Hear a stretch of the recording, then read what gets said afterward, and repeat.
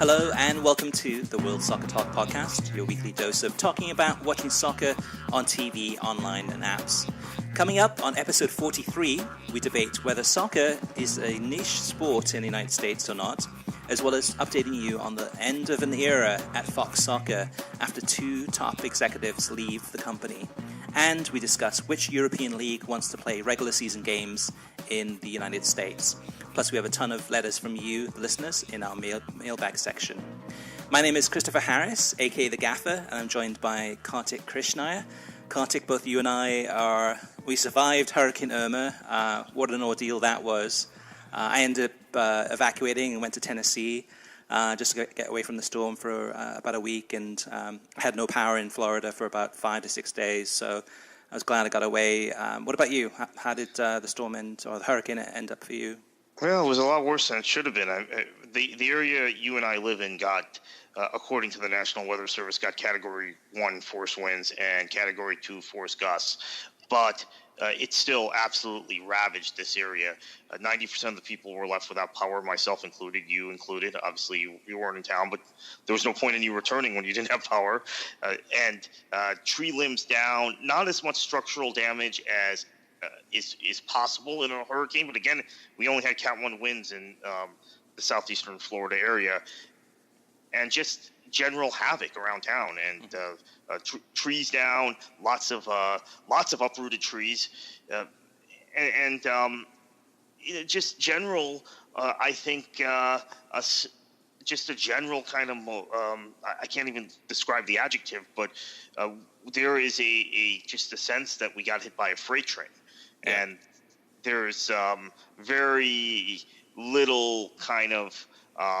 Lingering ability to get back to normal. I think this is going to linger with us in Southeast Florida for a while. Mm-hmm. Yeah, and as it relates to soccer, I mean, a lot of soccer in terms of postponements, whether it's games in Texas, this week the Copa MX games, or MX games in Mexico, all of those were cancelled. And in Florida, hit by the weather and a lot of kind of last-minute schedule changes right before Hurricane Irma to try to squeeze matches in before the hurricane hit. So, and several delays at NASL, Miami FC's last 2 games have been postponed. Tampa Bay had a road trip cut short where USL rightly postponed their game away in Bethlehem and let them come back. The players come back to be to be with their families during the storm. Jacksonville Armada, I believe, had 2 games postponed. So it's been tough. The thing that, and I'm going to use this forum to point it out. The thing I just still do not understand, cannot justify, is Major League Soccer having Orlando City play a game, which they ended up winning, and it's only their 3rd win in the last 3.5 months. But a game at RFK Stadium against DC United when their area was under a hurricane warning and the airport in Orlando was already shut down because of high winds. They played that away game. So they didn't spend the time with their family. They didn't come back. There was no way for them to return to Orlando after the game for several days. Yet they played the game very nonchalantly. MLS made no mention of the hurricane, whereas USL had brought the Rowdies, who were also playing an away game that same night, home. Made an early decision to postpone it on Wednesday, so the Rowdies were able to cut their road trip short and come back to the Tampa Bay area. NWSL moved up the Orlando Pride game to a Thursday night, so they got that out of the way, and they got the Seattle Reign out of town before the storm came and before the airport closed. And as I said, NASL canceled 2 Miami FC games and 2 Jacksonville Armada games. So to me, it's just a stunner. It's MLS. They did cancel a Houston game during Harvey, so it's not that they're unaware of the weather, but I was just stunned by it. As we can see, I mean, whether it's hurricanes or earthquakes, they definitely have an impact on soccer, and so they should. In regards to soccer, of course, last week we had no podcast because of both Kartik and I were without power, and also running around trying to get shutters up and just trying to get everything ready for the approaching storm and hurricane. And then this week for this podcast, actually for the past week or so, or last couple of weeks, I think both you, Kartik, and I haven't watched as much soccer as we normally would, just because, like I said, we've been taking care of our families and businesses and just making sure that everyone was safe and neighbors, etc. So, but one thing, Kartik, and of course, for each show that we do, we don't talk about it beforehand, so both you and I are going cold into this.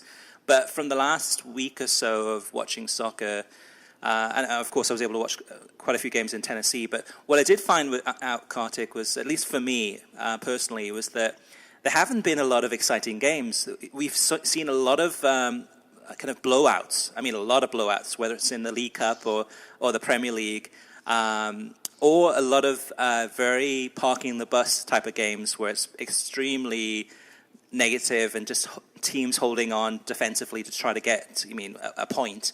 I haven't personally seen any really exciting games that I can say, like, wow, that was a great game. I really enjoyed that exciting, open-ended game of soccer.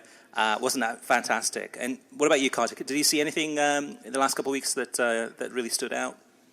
No, not really. I think we're seeing a situation, as you mentioned, where you've got greater imbalances, or kind of implied, within these European leagues, and teams are either parking the bus and trying to score on the counter, or there are teams like Manchester City and Dortmund, although Dortmund concedes a lot of goals. There are teams that are just playing other teams off the pitch. But I watched Dortmund against Cologne the other day, and it wasn't even a contest. Yeah. So there just seems to be a growing imbalance in a lot of these European leagues, and even I know you watched Spurs Swansea, and I'm probably happy with the result. But again, that was a one-way traffic, and it was Swansea, well organized, hanging on for a result. But there was no contest there, if you know what I mean. Yeah. For me, I'm probably one of the very few, but to me, that was Swansea's performance in that match was a masterclass in playing a 3-5-2 and just trying to park the bus and prevent Spurs from creating too many chances, and just trying to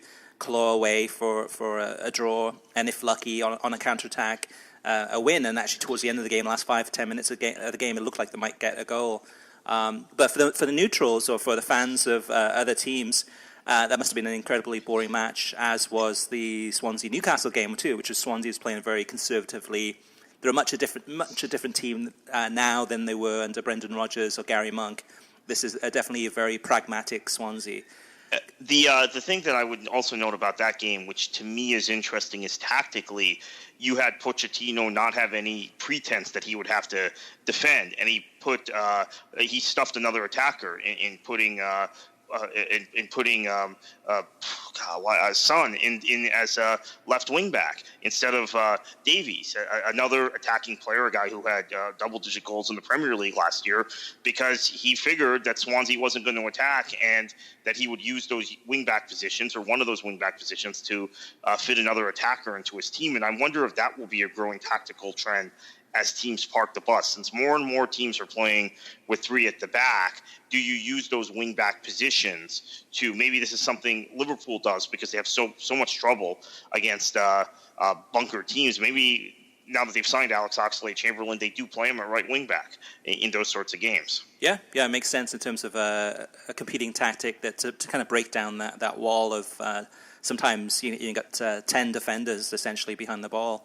The one game I did watch, Kartik, that I did enjoy watching in terms of, at least it was very competitive, and that was Chelsea against Arsenal. I thought the level of football was great.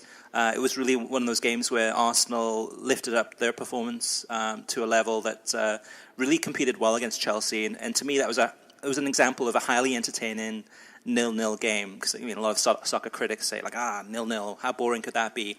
This was an example of a really entertaining game. Unfortunately, no goal in this one. But Peter Drury in this one, Kartik, I don't know if you caught this one, was that when Arsenal did score the goal, which was later disallowed, Peter Drury, screaming, proclaiming, "Arsenal, take the lead at the bridge."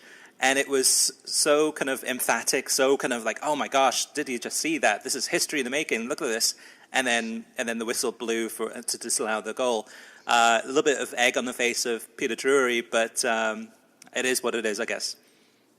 Yeah, I think this is also kind of interesting because there's been so much panic among the Arsenal fans during the first few weeks of the season, summer of discontent again among fans at the Emirates. But this is a very credible result, and while every match does matter in the Premier League, I know critics of Major League Soccer like to say that nothing matters until right before the playoffs, and every game in the Premier League matters. With Arsenal, it doesn't really, because we generally see this every season. Arsenal starts slowly out of the gates, and they find a way into the top four. Now, it didn't happen last season, and last season, the first match of the season did matter because they lost to Liverpool at the Emirates, and Liverpool ended up piping them by a point or two for fourth. But I tell you, I think that there was probably a little too much panic in the media everywhere about Arsenal. This is a very, very credible result. It's still September, and generally they don't get these sorts of results early in the season. Absolutely, yeah. To me, it's Arsenal. It's just a typical roller coaster, kind of a seesaw. I mean, it's the fans go crazy, and the public and everyone on social media go like, Wenger out, and then the next game they come along and put in a really good performance. Now the next performance after that probably is going to be a weak one, but we've been through this so many times that people do kind of over exaggerate, and I think NBC Sports to a degree too, in terms of that. It was a demoralizing defeat from Arsenal. It was a few weeks ago, but they really went in big time, kind of with knives almost, into Arsenal's performance that match, which was poor, but as we've seen, they bounced back from that, and they'll go down again, and then they'll bounce back again. It's the same old story. The other thing to remember about this is that Chelsea now has winless in their last 3 against Arsenal, won 4 of the 5 under Antonio Conte.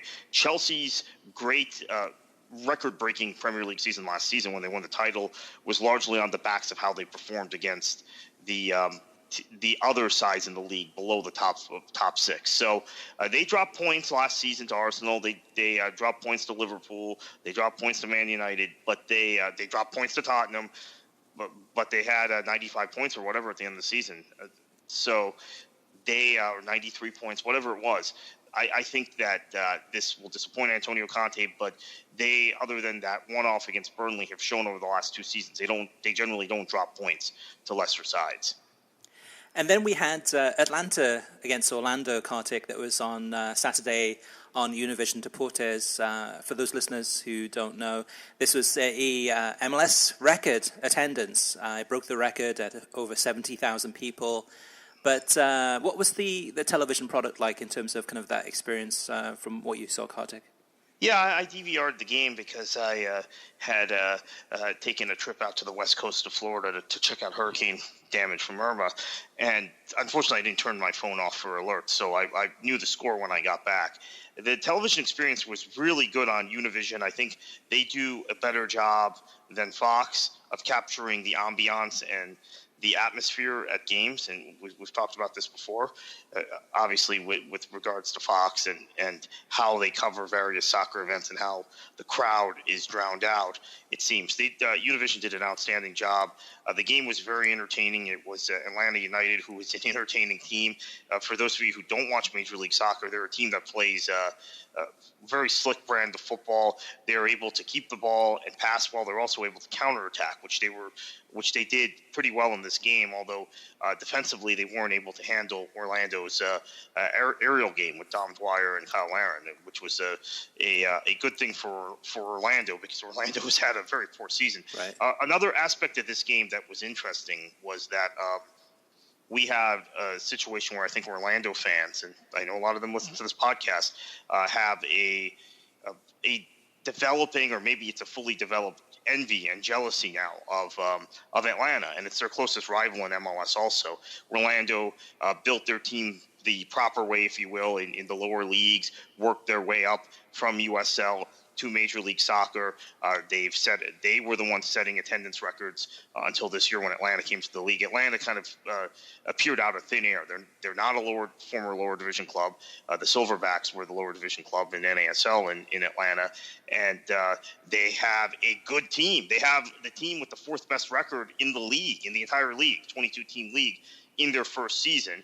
And Orlando will, it appears, miss the playoffs for the 3rd successive year. So there's a budding rivalry there. That added to the ambiance. A lot of traveling Orlando fans, many of them probably traveling still without power after the hurricane, much like you getting out of town, right? Mm-hmm. Driving a little bit north. And it added to the atmosphere at the game. So I quite enjoyed it. Now, the only issue I have is that it's an indoor stadium with field turf, and that kind of minimizes the experience, I have to say. And I think this is my reaction to most indoor stadiums, to be honest with you, even if there's grass. And if it's turf, it makes it worse. For me, Kartik, I had the opposite kind of opinion in terms of what you saw in terms of this match. I was really, yes, the crowd was fantastic, incredible crowd, but I was really turned off, first of all, by the field turf. I mean, it's an AstroTurf pitch, so the bounce, I mean, it's not as bad as some of the pitches in the 70s or 80s NASL days, but that I was turned off by. But the other thing I didn't like was just the way that this match was televised. I mean, it's not Univision's fault, but you could not see the massive crowds. It was the way that the camera angles were set up. I guess it's set up for NFL football, but it didn't give you kind of the viewpoint in terms of seeing just how full the stands were. You kind of just saw maybe, I don't know, the bottom 10 rows or something like that, and you missed kind of the big walls on the side. So I thought from a television perspective, I was disappointed. I watched about 10 minutes of the match, and to be honest with you, with the field turf, I just completely got turned off and switched channels. I did see Josef Martinez's goal, the header, which was fantastic, brilliant goal, but I just can't watch soccer this way. It just feels inauthentic and completely turned me off. And it feels like it's filled. And it was a strange thing too, because it was a 4:00 kickoff on a Saturday. But the way, I don't know if the roof was open or not, but the lighting, it just felt like it could have been at 10 o'clock at night, or it could have been, you didn't have that natural light coming into the pitch. I don't know, it just felt like it's watching something plastic.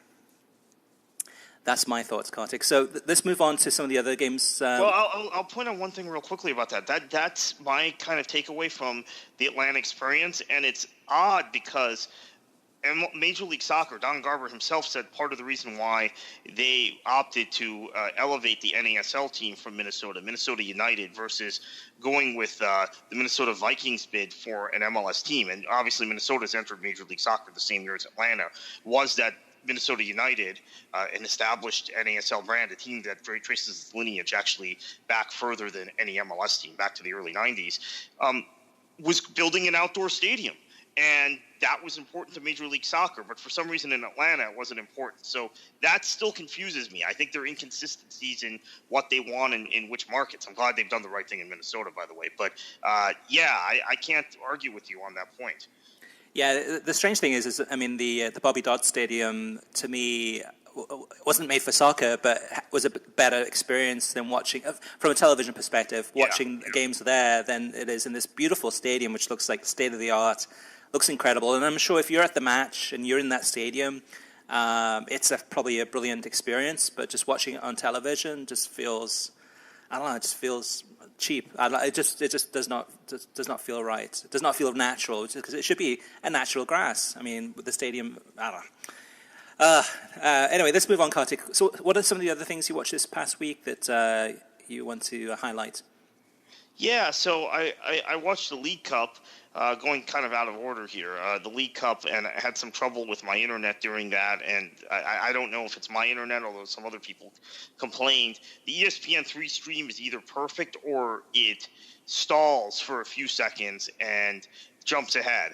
And that happened to me many times on Tuesday. I finally gave up. On Wednesday, I didn't give up because it was a Manchester City game, but I ended up missing Leroy Sané's game winner because of that. And it's frustrating, because I'll say that when last year in the same competition, when I was using the Go 90 app for the games and for using beIN Sports Go 90 app, there were none of these problems. Now, it could be that my internet has slowed down post Irma. I know this is a common problem in throughout the state of Florida, where there are people like our friend Neil Blackman doesn't have internet at all right now, and his Wi-Fi is not working, even though he finally got power back. So there are internet problems. What will be important for me to see is if it happens in this set of championship games coming up, and then the next round of the League Cup. If that's the case, then it may be a bandwidth issue with ESPN3.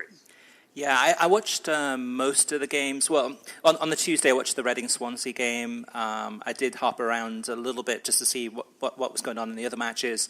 I didn't experience any issues on Tuesday. Wednesday, same thing too, just no problems for me on my side. And again, it could be internet connection-wise, or it could be just that particular stream, may say, for the West Brom Man City game might have had a lot more viewers and may have had some technical issues, but I didn't see any from my side. What I would say to Kartik is that 7 League Cup games on ESPN3 midweek, to me that's better than what beIN Sports was offering last season. Of course, with beIN Sports, I mean, probably 1 or 2 of those games would have been on television. We don't get that yet with the ESPN3s. But overall, in terms of quantity, we got that. The quality was lacking, I think, not from the production value, but just in terms of the matches themselves.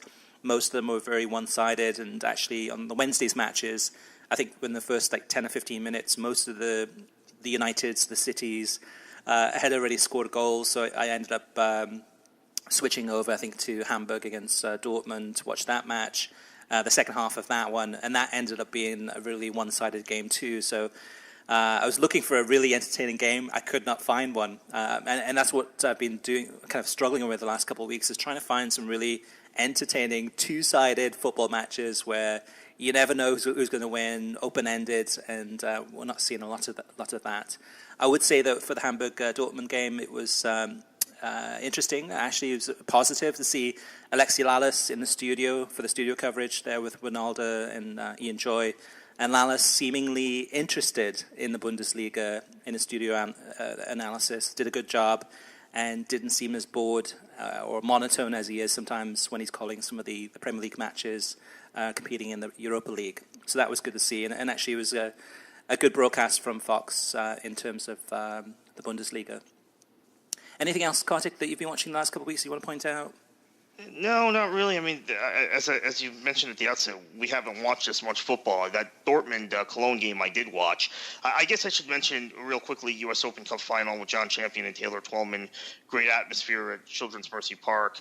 And another U.S. Open triumph for Kansas City. That's their 4th. New York Red Bulls still, other than Supporters Shields, trophyless. So that was a good game. And tried to watch the previous game, the Atlanta-LA Galaxy game that was on ESPN. They had a doubleheader. That was a waste of time. Atlanta ripped them open. And it was so bad that with this ongoing litigation that the NASL's filed against the U.S. Soccer Federation, Nipun, our former co-host on the show, Neil Blackman, the aforementioned Neil Blackman, and I decided just to rip out a podcast in the second half. We knew we wanted to do one, and that was the most opportune time because that game had become unwatchable.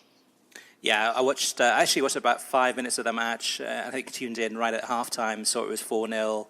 And then watched maybe like the last 5 minutes of the Atlanta-LA Galaxy game, where Atlanta was really just passing the ball back and forward as if it was a preseason friendly, and LA Galaxy kind of sitting back, not even trying to get the ball, it seemed. A big turn-off, and even, I think it was Alejandro Moreno and Adrian Healy seemed really bored too, not really saying much, just a waste of a match there. Did Kartik, did you catch it at all? I mean, did ESPN2 with the broadcast of the US Open Cup final, did they go into the NASL antitrust lawsuit at all, or ESPN FC, did they talk about it this week? I'm backed up on my ESPN FC viewing, so I don't know yet. I have Tuesday and Wednesday on DVR. Okay. As far as this U.S. Open Cup final, no, I don't remember it being mentioned, or during the Atlanta-LA Galaxy game. So that was Adrian Healy and Alejandro Moreno. I don't remember any mention of it. That having been said, ESPN FC has talked about it on their website, so it's not like they're skirting it completely. I just don't know that they've discussed it on the show program as of yet. Okay, all right. So Kartik, let's move on to TV streaming news. Yeah. So as we alluded to at the outset of the podcast, it's been almost 2 weeks now since David Nathanson stepped down or has left Fox Sports, and he has been with the network for for years, and was really instrumental in their soccer coverage, not just in acquiring the World Cup rights for 2018, 2022, and 26, but he did a lot of work with Fox Soccer Channel. He was a key player in pushing soccer as a big agenda item for FS1 and FS2 when it launched, and he'd been with Fox since 1999 and had managed Fox Sports World back in the day. Remember that, and Fox Soccer Channel. So a big loss for the soccer world. And one thing that had struck everybody when FS1 and FS2 launched, and they did all their launch events, publications like Sports Business Journal and the Wall Street Journal, was how much Fox executives, and particularly David Nathanson, talked about soccer's importance in the role in the launches of those networks. And so that's unfortunate, I think, for soccer's presence on Fox. Also leaving Fox is John T. Whitehead, who was responsible for Fox's production of a lot of their Champions League coverage, FA Cup, and Europa League. Yeah, the timing of this is a little bit strange. I mean, you've got one of the top guys at Fox Sports who's been managing the soccer side of the business from back in the Fox Soccer Channel days, like you said, Kartik, and then also the top producer, executive producer, who's been doing a lot of the Champions League and FA Cup and Europa League. So the timing of him leaving, John T. Whitehead, and taking a consultancy role is a bit strange, especially with a lot of these rights coming up. I mean, they lost the Champions League, but I guess both of them probably think in their heads that they can probably go on to bigger and better things, and maybe this is an opportunity for them to move ahead. But we'll have to wait and see how this impacts Fox Sports' coverage of of soccer in general, whether it's going to help it or hurt it. John T. Whitehead, in an interview he did with Alexi Lalas about a year ago, was really dismissive of U.S. soccer fans in general, just kind of saying that he purposely dumbed down the coverage to appeal to U.S. soccer fans, and it wasn't as kind of in-depth as he would have been when he worked at Sky in the UK. So that will be interesting to see if that changes. I don't know. At the end of the day, I think Fox will be the same. I don't think there's going to be any big changes, but behind the scenes, there is an opportunity here for new people with new ideas to step in and maybe do things a little bit differently and maybe perhaps a little bit better. We'll have to wait and see what happens there.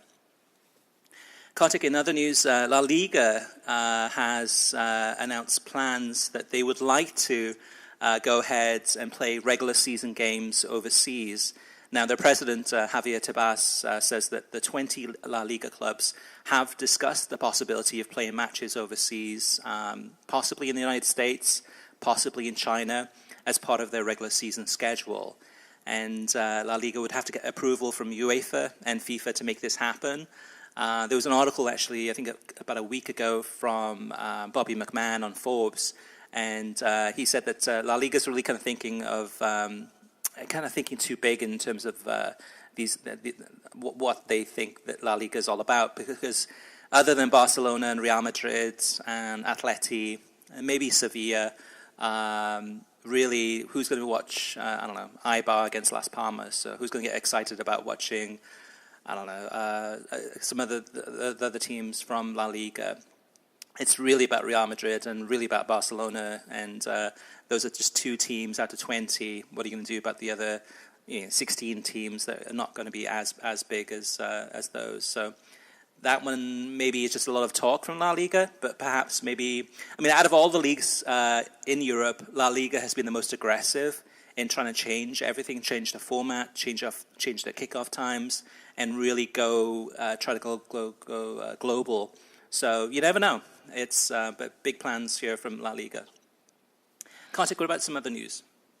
Yeah, so Sky has signed a deal with the Football League for the UK rights to the Championship, League One, League Two, and the League Cup, of course, from 2019 to 2024. The $800 million in U.S. dollars TV deal is a 36% increase in fees from the present agreement.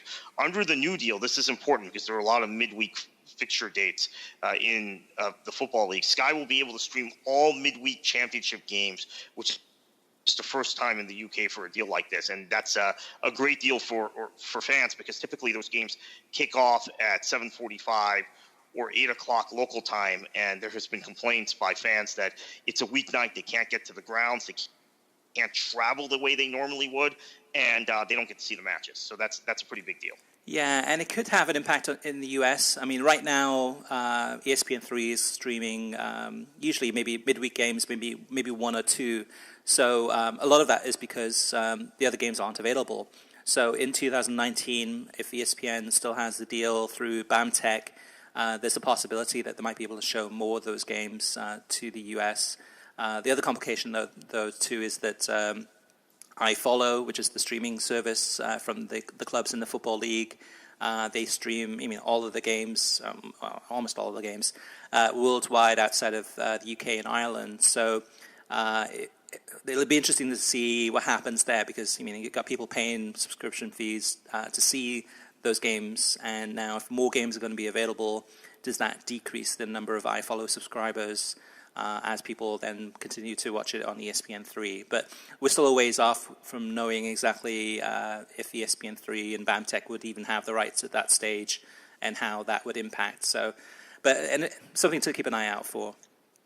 Kartik, so Netflix and Amazon have reportedly approached Chelsea, Manchester City, and Liverpool about a plan to broadcast behind-the-scenes documentaries of these clubs. It's being seen as a way for both Netflix and Amazon to delve into the UK sports market, according to the Daily Mirror.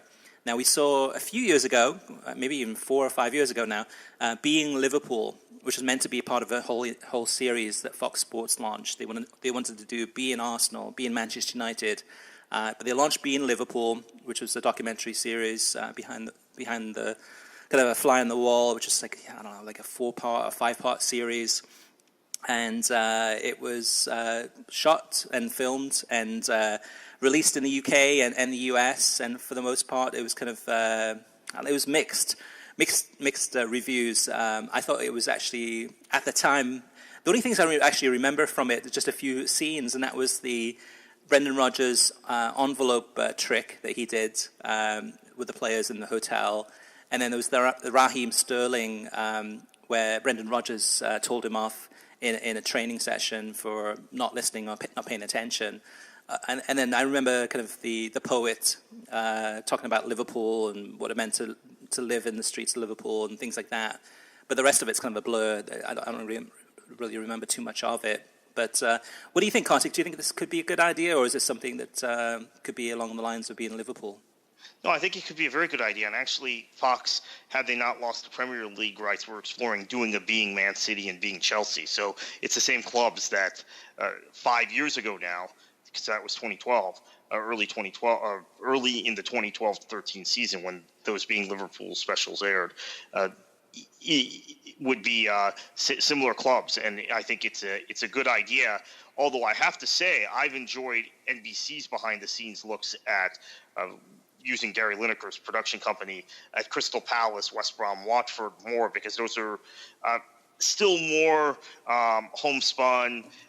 Regional clubs, neighborhood clubs, if you will, clubs in the case of West Brom in a city that neighbors Birmingham and has a strong fan base and has a historic club. So this will be a different perspective, because when you talk about Chelsea, Liverpool, Man City, you're talking about global brands, which is why Netflix and Amazon are interested in it. But it may not be as interesting to diehard football fans like us.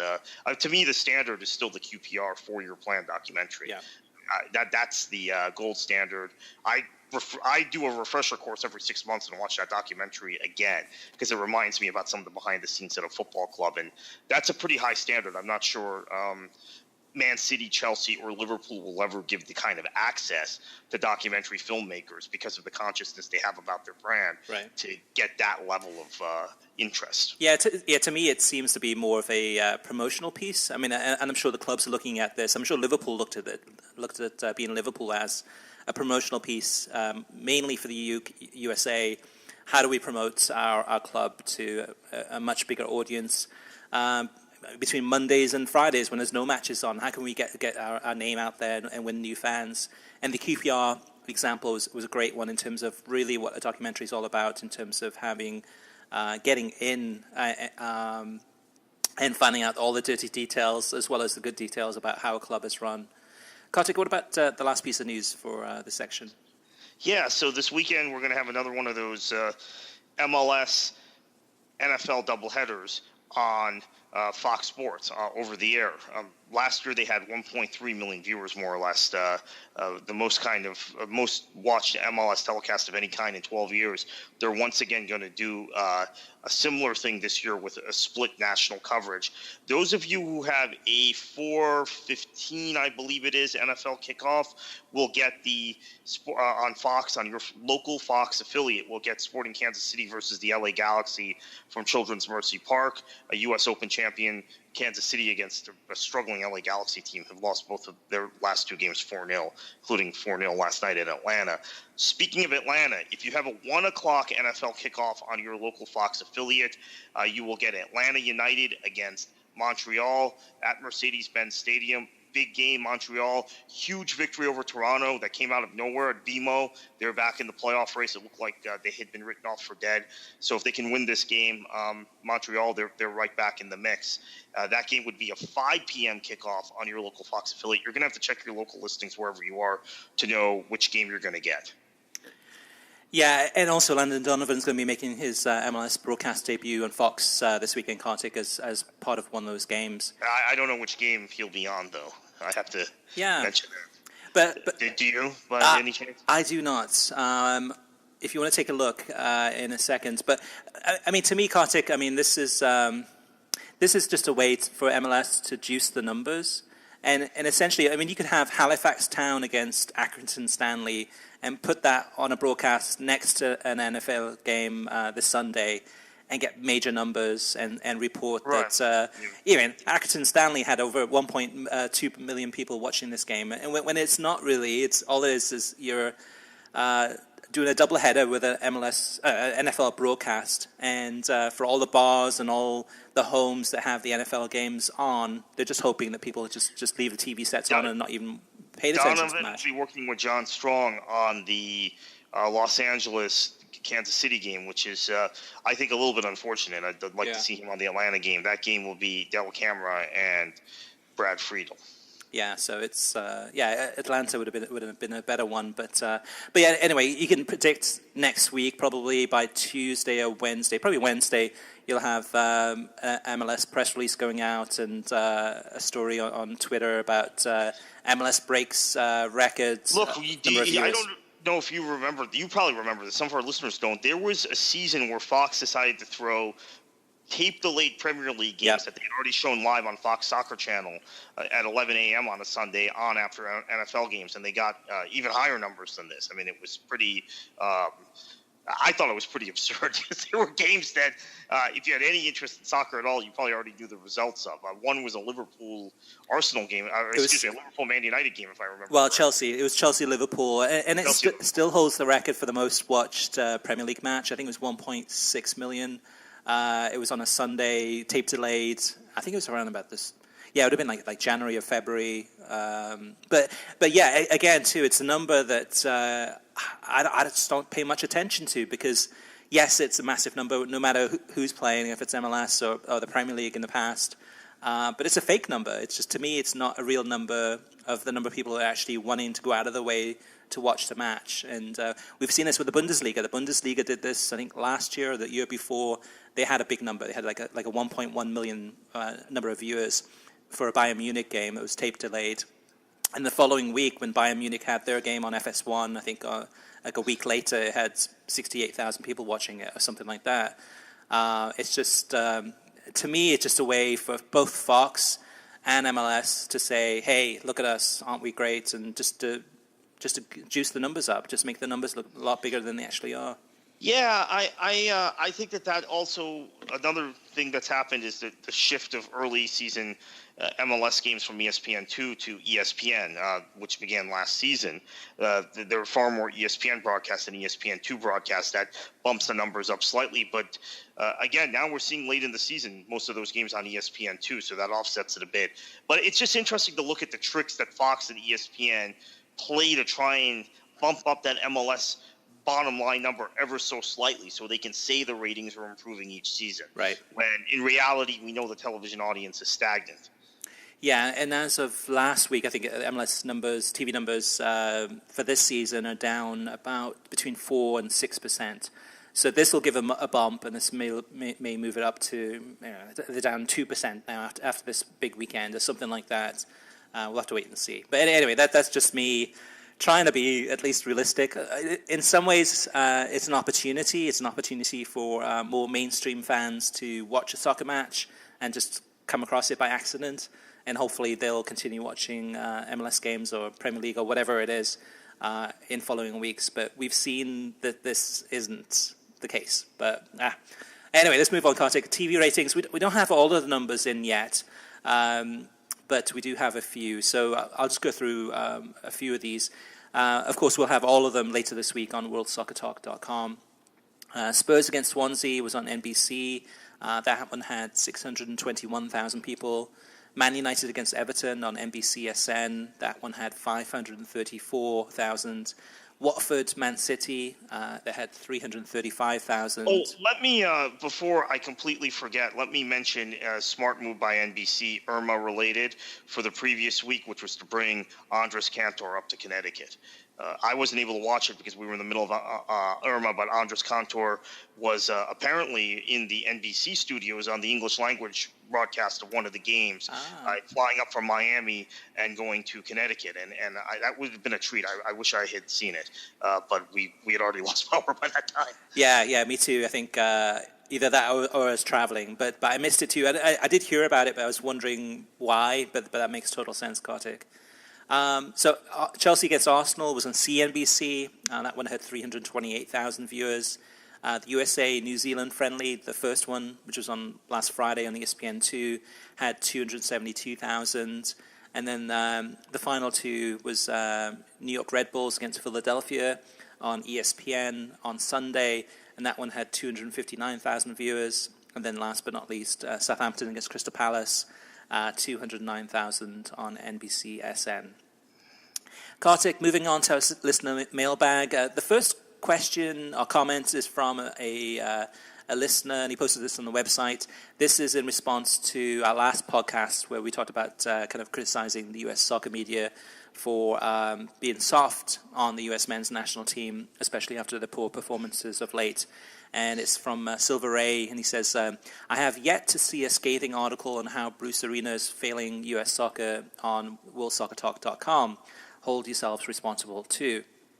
Which he raises a good point. And it's something too that we've been critical on this podcast about Bruce Arena. Oftentimes, we don't have time to go ahead and the amount of time it takes to do the podcast, sometimes we don't have time to go ahead and write a subsequent article that talks about the same topic. But I think that's something we'll be taking a closer look at in the near future. And of course, the U.S. hopefully will do well against Panama and in some of these games where we wouldn't have to write it. But we'll wait and see what happens. The next one is from Larry Kern. He posted this on worldsoccertalk.com. He says, the quality of play in the MLS is kind of pathetic. The more American players that decide to play for teams in this country, the worse our national team will become. Playing in Europe is the only way to strengthen the player to the point that he can positively have a positive effect on the national squad's performance. The level of play in MLS is about equal to quality in most Central American countries, which in turn allows a thriving fan base. There are many Central American immigrants in our country. As a result, MLS teams are generally competitive, but not superior to clubs in CONCACAF. Our national team performs at about the same level when playing CONCACAF teams. Being a feeder league, much like Brazil, Argentina, and others, has been a very lucrative venture over the years. Selling young players to top teams in Europe has allowed those countries to reap the benefits when these players come home to play for their respective national teams. MLS should be a stepping stone to greater things in Europe, not a place for a talented player to languish against mediocre competition. Any thoughts on that one, Kartik? Yeah, a couple things. First off, I don't think the quality of play in MLS is pathetic. I think one thing is if you're comparing it to the level of play in Europe, travel is much more extensive and you're playing over the summer. So that affects quality and speed of play. But a lot of the other things Larry has said, I agree with. MLS should be a feeder league. I've said that for years. The goal should be to develop guys between the ages of 18 and 21 and 22 and sell them on. That should absolutely be the goal of the league. And I think it is in some regards. One thing that was mentioned last night was Alejandro Moreno saying Tata Martino, unlike most MLS managers, has said that about his young players at Atlanta United, the likes of Andrew Carrollton and others. Hey, I want to make this guy good enough to where I can sell him to a European club. Of course, that's a guy coming from the perspective of being an Argentine manager who also managed in Europe. So that may be a little bit different perspective, but that's the right perspective. You look at leagues like the Belgian League. The Belgian League right now, the standard of play has improved. And what's happened is those clubs have been able to sell their players at the ages of 21 or 22 to big clubs in Spain, England, Germany, France, Italy. And what's ended up happening is Belgium's national team has essentially eclipsed the Dutch national team. They're doing what the Dutch used to do. They've accepted their role as a feeder league within Europe, and they're doing that job. So I think the idea of Major League Soccer being a feeder league, I absolutely agree with. I don't think the quality of play is necessarily pathetic. Obviously, it could improve, but I think there's some mitigating factors that unless MLS shifts their calendar, which is something I've been an advocate for, but it seems like the pro-rellers and the MLS fanboys, for lack of a better term, both gang up on me when I mentioned that.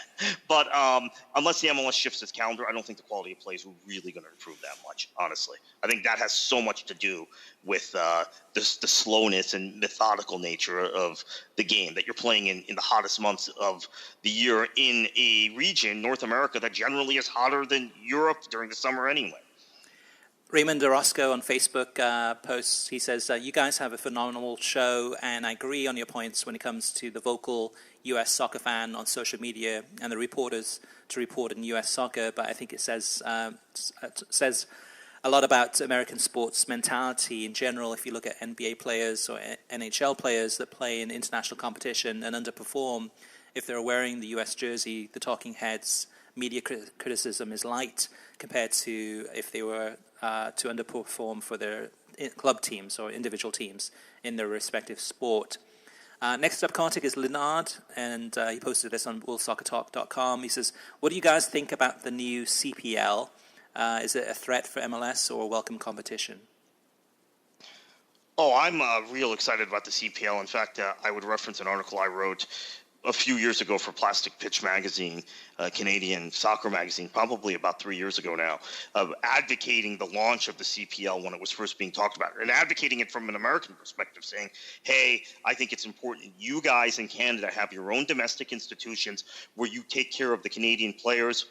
I have to admit, even though we had Edmonton and Ottawa, and NASL, Ottawa is now in USL, Edmonton, Ottawa, and NASL at the time, and the three big Canadian teams in MLS, they are in U.S.-based leagues where U.S. priorities, both business-wise, player development-wise, will always be the priority. You need to look after your own. You need to have your own league where you're looking after Canadian players and growing the Canadian game. I'm a big fan of the CPL. Is it a threat to MLS? I don't know. That remains to be answered. But I am very excited about the launch of the league, and I have to admit, when I wrote that article 3 years ago and subsequent things that happened after that, I was skeptical.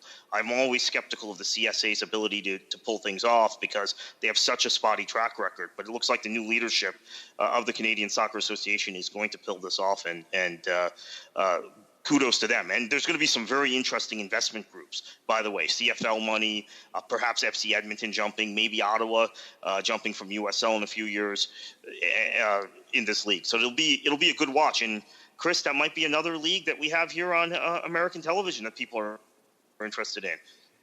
I don't know about that. I mean, is it Canadian Premier League? Is that the acronym? Okay. Yeah, I'm not sure. I don't know. I mean, I think we have tough enough a job of trying to get Americans to watch MLS as far as rather than watch Canadian soccer. I think we're so intertwined. This is a great question about the television because we're so intertwined culturally, and maybe you come from a different perspective and a more realistic perspective than me. I've worked in the game in this country, and I feel like having worked in the game, we have two national teams, the United States and Canada. I don't think of the U.S. as preeminent over Canada, just because the leagues I've worked in have had Canadian teams, Canadian players, and have thought of them as domestic players, even if at times they didn't count as domestic players under the roster rules. That maybe it's because I've worked in the game. I'll be interested in seeing how ex-Canadian player does on the Hamilton team or the Saskatchewan team in the CPL. But you might be right. The larger American audience probably won't care. Yeah, I think so too. I think it's one of those things that, yes, there are some people, some Americans that are interested in seeing how the Canadians do, but for the most part, they're not paying attention. And if anything, they're paying attention more to Mexico than they are to Canada, and sometimes more than the United States in some ways. Okay, Kartik, next up is Oliver Say, and he posted this on worldsoccertalk.com. He says, the Fox Sports-produced UEFA Champions League broadcast of Celtic against PSG, which is on Facebook Live, is by far the worst English-language UEFA Champions League broadcast in the US for the past 25 years. I am sure that Christopher Harris will skewer the trio of Stuart Holden, attempting to do play-by-play, Mario Melchiot as analyst, and Rachel Bonetta as host. Stuart Holden needs to call his buddy John Strong for a play-by-play clinic before he attempts play-by-play again. At least he was trying, and he was approaching the assignment as a professional. Melchiot was clowning around. He was unprofessional. Rachel Bonetta needs to do a lot of learning on the job, and quickly. Her first mistake was referring to the UEFA Champions League anthem as the national anthems. Things went downhill from there. I will say that I did not see this one. Reason being, I think it was, I think Hurricane Irma. I think either I had no power or was preparing for the hurricane that was coming. I did go back and watch a few minutes of this one to kind of get a gist of what Oliver was saying and to see if I concurred. And for the most part, yeah, it's. I mean, I'm sure from Fox Sports' perspective, they probably told the trio of them, okay, like, hey, this is Facebook Live. Let's be relaxed and let's be conversational and let's have fun. Let's just go ahead and broadcast this one and have a lot of fun. And Stuart Holden's definitely not a commentator. Mario Melchiot probably went a bit too far, and then Rachel Bonetta was probably on this one, maybe in over her head on this one. But they also had the Man City Feyenoord game. Kartik, you probably missed that. That was on Facebook Live. Yeah, too. I saw the first 20 minutes of it, and then got back to working in the yard. I was streaming it without power. I was streaming it with a phone line without power. So how would I describe it? Off of LTE, right? Not off of Wi-Fi. And so once it became 3-0, I turned it off. I didn't think Rachel Bonetta was awful. I did think Melchiot was bad, and Holden seemed awkward. So, but I pretty much concur with what Oliver said. Maybe Bonetta had done a crash course the previous night after the disaster of Celtic versus PSG, but the other two were off their games clearly. And I think with Stuart Holden, we've talked about this before. He is okay, but he's good when he's with John Strong, and that's again a commentator bringing the best out of his co-commentator. All right, two more questions from our listeners. The next one up is Quinton Kam through email, and he says, I have been recently noticing the debate among many MLS fans regarding whether to have a promotion relegation system for the league. I want to ask a couple of questions comparing the MLS to other leagues. The Australian A-League has no promotion relegation, and they currently are planning to expand across Australia with potentially having up to 8 teams, including another team in New Zealand. What are some of the differences between the two leagues respectively, and can the MLS emulate some of the ideas of what the A-League is doing in order to be a successful league? Given that we have heard Kartik's explanations on the problems with promotion relegation in MLS, what is the difference between MLS and the China Super League? How can China do well with promotion relegation in the first season while MLS cannot have promotion relegation, and they've been around for 22 years? Given they are large countries with cities having up to 3 teams, such as in Shanghai. Thank you for reading my email and keep up the good work. Yeah, a lot of American investors are risk averse. It's really kind of one of the the bottom lines when it comes to talking about pro rel. Yeah, I agree with Clinton. I mean, it could be implemented the way it's been forced on Australia. They didn't necessarily go along willingly to doing pro rel. A lot of the leadership of the soccer community in that country. I think we should have promotion and relegation. It's just a matter of how you cut through the clutter, and you have American owners who are risk averse, and if they're exposed to the open market and an open league system, as we've seen in England. Look, people get on me when I say this, and people think that I'm just being an anti-nationalist or whatever. But if you're a fan of a club in England, you do not want an American buying your club. Sorry, Chris. I mean, with Swansea, you don't. And they seem risk averse. They seem not able to compete in a marketplace where there aren't certain protections and certain entitlements they get. That's just American investors in general when it comes to sports. So I think that's really the bottom line. The problem with implementing pro rel here is that too many of the high-level investors don't want that sort of thing, and they've shown when they invest in the sport abroad that they generally fail. Yeah, it's. I mean, for me as a Swansea City supporter, someone who was born in Wales, someone that's lived in the United States for 33, 34 years now, having the American investors come in, actually, I think I'm more on the positive side in terms of this, how it's gone so far. But they're looking at trying to invest and expand the stadium and actually buy the stadium. They don't own it, so also get the stadium rights and make the club more commercially, generating more revenue commercially worldwide. So for me, I mean, it's just one outlier, but one club. But for Swansea, it could end up being a positive where you have a foreign investor coming in, no matter where they're from, America, the Middle East, China, wherever, investing money into the club and then hopefully expanding the stadium. And it's probably something that maybe Swansea as a club before might have had a tough time trying to do by themselves. So we'll have to wait and see. But yeah, I see the negatives too from the foreign ownership perspective. Whether they're American or whoever they are, it's just definitely adds some issues there. Lastly, Kartik, Mark Osinski sent this one in through email. He says, I enjoy your podcast and hope you might discuss the question on a subsequent episode. We often hear that the US does not have the best soccer talent and players will go to Europe to play against better talent to gain experience. Regarding Christian Pulisic playing in Germany, first, why does Germany, who arguably have better players already, want to bring over an American at a very young age to help make him better? Does that not take a spot away from a homegrown player? Second, does the fact that Pulisic is playing and scoring goals over there mean that he already is a top player compared to the German talent, or is he actually quite average compared to German talent? How does this impact both countries' national team aspirations? That is, Pulisic building his skills in Germany, I guess, and how it might ultimately play against your country nationally. I guess if Germany played the United States, perhaps. And then related question is, where does Pulisic stack up compared to a Jordan Morris, who's instead playing in MLS, and why is Jordan Morris not over in Europe too? I appreciate your response on a complex question. I'll take that. First off, I don't think the Germans care. Look, we had this conversation, you and I, in Dusseldorf with some Bundesliga officials. It's the United States. They kind of were mocking the United States, the obsession with the national team of the United States. When you are in a footballing culture, your primary goal, if you are a club side like Borussia Dortmund, is to develop talent for Borussia Dortmund. Or if you're a club side like Hoffenheim, to develop talent that you can then sell to Bayern Munich or Borussia Dortmund or to Liverpool or Manchester City or whoever. That is your primary focus, not whether this guy will be good for the German national team or if you're a Belgian side for the Belgian national team, etc.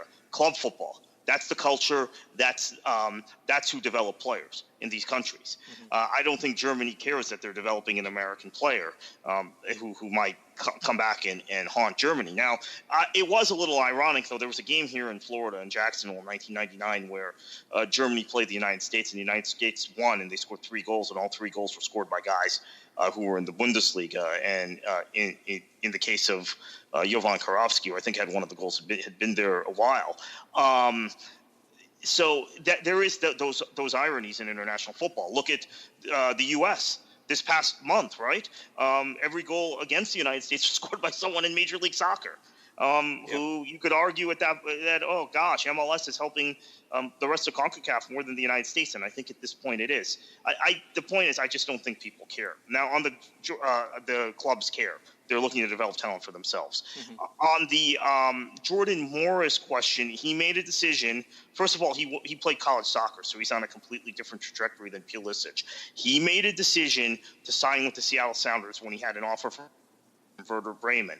Now, speaking of Werder Bremen, we have another big American prospect, Joshua Sargent, from St. Louis. You and I were talking to Taylor Twellman about him 2 months ago when Twellman was here in Fort Lauderdale for the El Clasico match. And Twellman indicated to us he thought that Sargent was going to sign in Europe and not in MLS, if you remember when we were talking to him. And right. Sure enough, Werder Bremen put out a press release, which I think was lost in all the talk of NASL lawsuit versus the USSF, put out a press release on Wednesday saying that they've agreed to sign Sargent. He's still 17. He doesn't turn 18 until next year, but they have agreed to sign him, and he will come to Germany on his 18th birthday, and will play with the youth side, and then next season will be integrated into the first team squad. So I think that there are guys now that if they're able to go to Europe at the age of 17 or 18, they go. There are other players. We have a couple guys who've come through MLS academies. I mentioned Andrew Carrollton at Atlanta, a guy that they might sell on. Eric Palmer-Brown, another guy, has come through Sporting Kansas City's academy. I think maybe he stagnated being in MLS. He has signed a pre-contract with Manchester City. He's not going to play for the first team at Man City yet, but different strokes for different folks. I think it's now becoming a case where it depends on your own comfort level. A lot of guys are comfortable just staying in the United States and developing, and hopefully if they do that, they get games, because it is more difficult to break in Germany. Real quickly, I know this is a long answer, but it was a long question. We have several guys in Germany that you may not know about. Weston McKennie is a guy that just started for Schalke the other day in the Bundesliga. He's an 18-year-old. We have Haji Wright over there. We have Nick Tadagwai over there. We have a number of young American players who have gone to Germany who have been under the radar. And they've gone after Pulisic went. So I think the general trend is if you're a better U.S. player, and obviously I'm mentioning Joshua Sargent too, if you're a better U.S. player, you go to Germany. If you're not in that top tier, you're going to sign with an MLS development academy, or even a development academy and connected to a pro club in USL or NASL.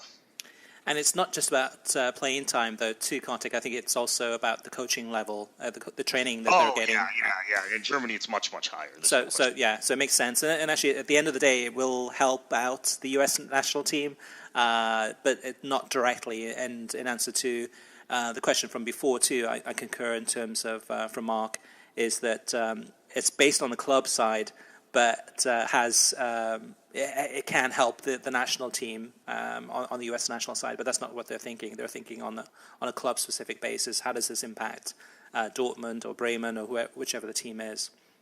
Now, for listeners, if you do have any questions or feedback or want to agree or disagree with anything we've said on the show, feel free to contact us. We'd be more than happy to read out your questions on air. You can reach us through email, which is web@worldsoccertalk.com. It's through Twitter at WSoccerTalk, and then Facebook is facebook.com/worldsoccertalk, or through our website, worldsoccertalk.com, in the comments section.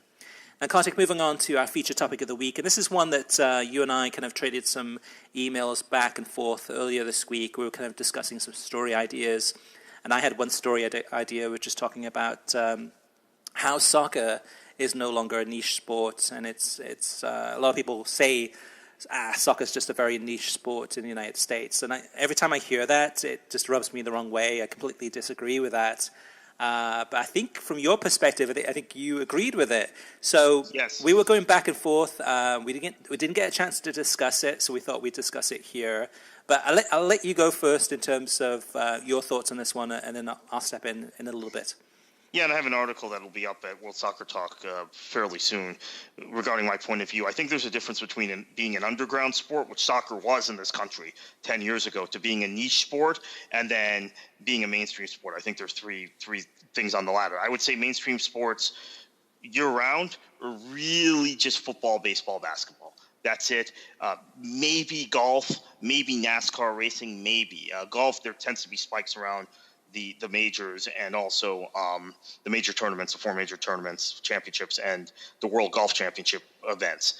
So, and NASCAR, we've seen their numbers come down fairly steadily the last several years, and it's now kind of falling toward a niche level. So maybe we think of these things differently. I just don't think, and I have a lot that I've written down, and as I said, there'll be an article on this on World Soccer Talk soon. I don't think that there is enough of a sustained interest in soccer in this country year-round to make it a mainstream sport yet. Now, we've gone from being underground to being niche, which is a big jump. But when you look at these television ratings, and we go through them every week, if it's not a massive international tournament, you don't see numbers clearing 2 million. Even the Champions League final, even with the Real Madrid-Barca El Clasico game in Miami, with all the build-up ESPN had, you don't have games clearing 2.5 million regularly. You don't have that for Premier League games. You mentioned it earlier that the highest-rated Premier League game still to this day is a tape-delayed game that was shown on Fox 5 or 6 years ago. Now, there's much more interest in the Premier League now, thanks to NBC, than there was when ESPN and Fox were showing it. But it seems to have tailed off, and I think NBC's acknowledged that in the way they've marketed the Premier League. It's similar to hockey for them. I would consider the NHL a niche, other than during the Stanley Cup playoffs. College basketball is a niche, except during the NCAA tournament, and soccer is a niche, except during the Copa America or World Cup. I think it's pretty simple, and we can get a little deeper into this. Yeah. So from my perspective, what I look at is looking at, say, an average week of soccer in the United States. So we did a podcast a few weeks ago where we're talking about the sheer number of games that MLS is competing against, and it's not even MLS; it's Premier League, it's Liga MX, it's all of them. But on that particular weekend that we were looking at, there was 155 soccer games available to viewers in the United States. Many of them were on streaming, but also a bunch of them were on television. Now, you look at other sports, so you look at NFL football, you look at NBA basketball, you look at Major League Baseball, and count the number of games that are going on a typical weekend. Soccer is so much bigger in terms of more of a global world sport that if you took those 155 games and then combined all of the viewing numbers for those matches, it's not a niche sport. It's a big sport in the United States. You mean, it's not your NFL football, but those numbers, which at one point in the future I'm going to have to calculate and see what those numbers are, but they're going to be some pretty impressive numbers. The challenge that soccer has is it is so fractured in terms of so many options to watch. Whether you're watching Premier League, Liga MX, MLS, and then you go down the list. League One, La Liga. There's so many leagues to watch that those numbers look small when you look at it on a single basis for each of those matches. But again, when you combine those are some impressive numbers. The one thing I will say about NFL football, or the NFL, is that it's so big in the United States that it makes every other sport look small. So, in many ways, I think that NFL is bigger in the United States than soccer is in the UK or Great Britain, because America is such a massive country, such a much bigger population, a lot more channels kind of broadcasting, your ESPNs and FS1s. All day long, it's all NFL or college football versus the UK, which is a lot smaller country. That NFL football is bigger than say the Premier League in the United Kingdom only. But the thing with the United States is, if you take away NFL football and you say, okay, all right, let's take football out of this conversation, and then look at what's left. So you look at basketball, baseball, soccer, NHL. I think in that conversation, I think soccer is pretty competitive in terms of in that discussion of talking about which sports is one of the biggest. It's just that the NFL kind of dwarfs everything else and makes soccer look small when actually, in fact, it isn't. I just want to throw out a few stats, Kartik, but soccer is the second most popular sport in the US among Americans aged 12 to 24. So that's huge in terms of the growth of soccer as they get older. Soccer fans are 20% more likely than the average American to have household incomes over $100,000. And they're 31% more likely to have children under 17 at home. So not only are they 20% more likely to be more affluent, but also they have a lot of children, so that has a big impact in terms of, again, growing the sport of soccer even more so in the US. Among Hispanic Americans aged 12 to 24, soccer is the number one sport. And last but not least, the sport of soccer is increasingly popular among Americans aged 6 to 17. 11% of the TV audience who watch Premier League soccer on NBC SN are kids from 6 to 17, compared to only 4.6% of World Series audience, 9.4% of NBA conference finals, and 9% of NHL conference finals. So you've got a ton of kids, teens, young adults watching soccer, living up and growing with the sport. And to me, when you look at it, I mean, to me, it's not a niche sport. It's one of the major sports in the US. It's just that the NFL makes it look small. I think you're looking at a situation where we have to hope that those people stay with soccer. I've seen interest in soccer in the past when it was more of an underground sport, admittedly, and didn't have this sort of exposure. Interest in soccer before among kids who were in youth soccer or in college because it was a cool thing in college, and they met folks, international folks who were Liverpool fans or whatever at their universities, and then they get back, get into the job market, and it's football, or Miami Heat or whatever, baseball, New York Yankees. So that, and I mentioned this in the article I'm writing, that's a big part of it, is making sure the current generation that is playing youth soccer, that loves the sport and loves the participatory side of the sport and is walking around shopping malls with Liverpool and Real Madrid shirts on, stays with the sport. And if they do, I think it mainstreams it. But they're 12 to 24 now, as you mentioned. When they're in that 35 to 44-year-old age bracket and they're still with soccer, then we're mainstream. And we're close, right? I mean, we'll know in the next 5 to 7 years if they stick with it. But I actually agree with your point on that, and that's part of my point is I've seen the drop-off in the past of people who are soccer fans, and then they get intoxicated by the college football culture or the NFL culture, and they'll say, oh, yeah, I'm a Chelsea fan, but they're not really paying attention to Chelsea anymore. I'm hoping that the availability, and again, a lot of that, I should mention, happened when the Premier League was on Fox Soccer Channel, a channel most people didn't get, and the and there wasn't the kind of availability of internet streams, legal internet streams that there are now, and La Liga was on Gold TV and et cetera, and you couldn't see soccer as readily as you can. I think that's a thing, and then also Atlanta United. It's one city. Right, it's one club, but it's the first time we've seen MLS really make it in a big way in a major market. And that there's kind of a mainstreaming of soccer in Atlanta, a notoriously fickle sports town, by the way. A sports town which notoriously doesn't support even winning baseball and basketball teams. I mean, a town where when the Braves were winning the NL East every year, they had half-empty stadiums, and a city where Georgia Tech football and Georgia Tech basketball would be competing at a high level in the ACC, and there would be limited interest. And that's why there was a lot of question marks about MLS in that city, but it seems to have really worked. And so that might be what you're talking about, Chris. There might be a lot of 12 to 24-year-olds in Atlanta saying, this is my team. I'm more into this than the Atlanta Falcons or the Atlanta Hawks. Or it's also a town that's lost an NHL team twice, and NHL teams don't relocate often. So that's the kind of bad sports market it is. So to me, that's a very healthy sign, but I'm not ready yet to say all of these things we're talking about are definitive in that it's a mainstream sport.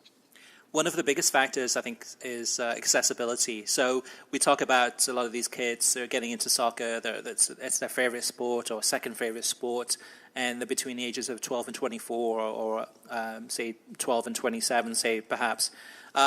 The issue I have is accessibility. So if they're growing up and they're wearing Messi shirts or Ronaldo shirts and they're loving La Liga and they're loving the sport of soccer, still to this day, La Liga is not as accessible as it should be. It should be some of these games, especially the big games, should be on your ABCs or CBSs of the world, or I guess NBC, Foxes, etc.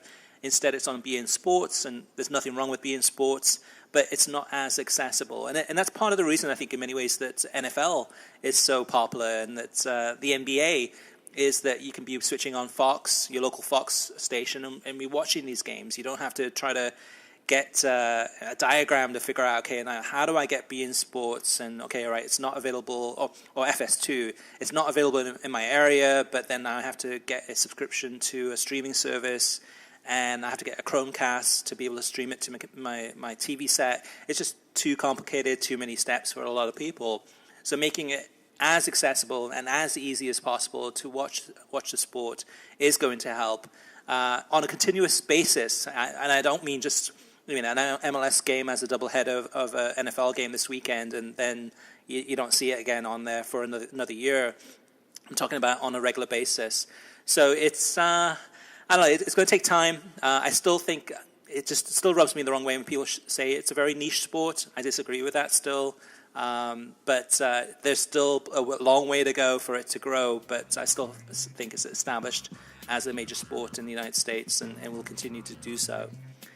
Now, Kartik, where can listeners find you on the internet if you have any new articles or to stay on top of the latest Kartik happenings? Yeah, there'll be. You can find me on Twitter at KKFLA737, here at worldsoccertalk.com, over at thefloridasqueeze.com, and various places. I'll be on SiriusXM tonight, if you're listening to this Thursday, discussing the NASL lawsuit with our friend Brian Dunseth and Tony Miola, our friends. And just various places this last week because of the NASL situation. So I'm popping up in some different places. Excellent. Well, thanks for listening.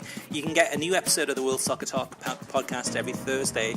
Every episode is released on SoundCloud, YouTube, Stitcher, iTunes, Audio Boom, and worldsoccertalk.com.